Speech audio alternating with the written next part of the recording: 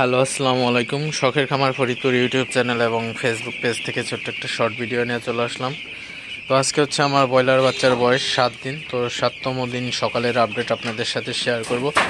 তো ভিডিওটিকে স্কিপ না করে শেষ পর্যন্ত দেখবেন, আর অবশ্যই শখের খামার ফরিদপুর ইউটিউব চ্যানেলটি সাবস্ক্রাইব করবেন এবং যারা ফেসবুক পেজ থেকে দেখতেছেন অবশ্যই পেজটি ফলো দিয়ে ভিডিওটি লাইক করে দেবেন। তো ভিডিওটি শুরু করা যাক। তো প্রচুর পরিমাণে ঠান্ডা। তো ঠান্ডা থাকার পরেও কিন্তু আসলে মুরগিকে বোর্ডিংয়ে কীভাবে ভালো রাখা যায়, তো আপনারা যারা ব্রয়লার খামারি আছেন, তো আমি বিগত ভিডিওতে আপনাদের সাথে শেয়ার করছিলাম আসলে বোর্ডিংয়ের উপরে পেপার অথবা ফিটের বস্তা দিয়ে কিভাবে তাপমাত্রাকে আটকে রাখা যায়। তো একটা প্রবলেম আসলে, যদি অতিরিক্ত ঠান্ডা না থাকে সেক্ষেত্রে কিন্তু আপনার আটকাতে হবে না আসলে। তো বেশি ওভার তাপমাত্রা হয়ে গেলে কিন্তু মুরগির বাচ্চা কিন্তু অসুস্থ হয়ে যেতে পারে, এটাও কিন্তু আপনার মাথায় রাখতে হবে।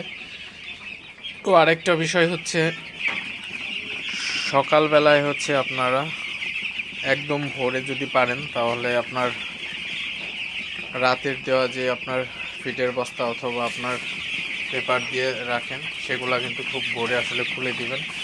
কারণ যদি অনেক ভোরে না খুলেন সেক্ষেত্রে কিন্তু আসলে ভিতরে কিন্তু গ্যাস জমে যাবে। তো গ্যাস, অ্যামোনিয়া গ্যাস হয়ে গেলে কিন্তু মুরগির বাচ্চারা আসলে বোর্ডিং থেকে ঠান্ডা লেগে যাবে। তো এই জিনিসটা আসলে কিন্তু অবশ্যই খেয়াল রাখবেন এবং মুরগির বাচ্চাকে যতটা পারেন এই শীতের মধ্যে হচ্ছে তাড়াইতে হবে। মুরগির বাচ্চা যত তাড়াবেন বাচ্চাগুলা কিন্তু ততটাই সুস্থ থাকবে। এটা কিন্তু একদম পরীক্ষিত কথা।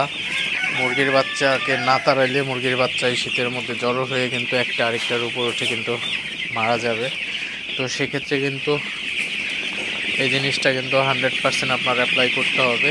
একটু পর পর তাড়াবেন, এমন আপনার একটা লাঠি বানাই নেবেন। তো এই কোয়ালিটির লাঠি দিয়ে আপনার হচ্ছে বাচ্চাগুলোকে তাড়াবেন। তাড়াইলে বাচ্চাগুলা একটা আরেকটার উপর উঠে যায় না এবং বাচ্চাগুলো সুস্থ থাকে। তো আপনারা যারা ব্রয়লার খামারে আছেন অবশ্যই এই শীতে একটু বাচ্চাটার বেশি যত্ন নেবেন বাচ্চাগুলোর, তাহলে কিন্তু আপনার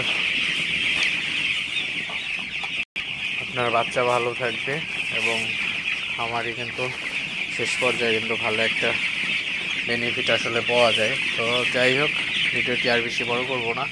সবাই ভালো থাকবেন, সুস্থ থাকবেন। শখের খামার ফরিদপুর ইউটিউব চ্যানেলটি সাবস্ক্রাইব করবেন এবং ফেসবুক পেজটি অবশ্যই ফলো দিয়ে দিবেন এবং ভিডিওটি লাইক করে দিবেন। তো দেখা হবে অন্য কোনো নতুন ভিডিওতে নতুন কোনো তথ্য নিয়ে। আসসালামু আলাইকুম।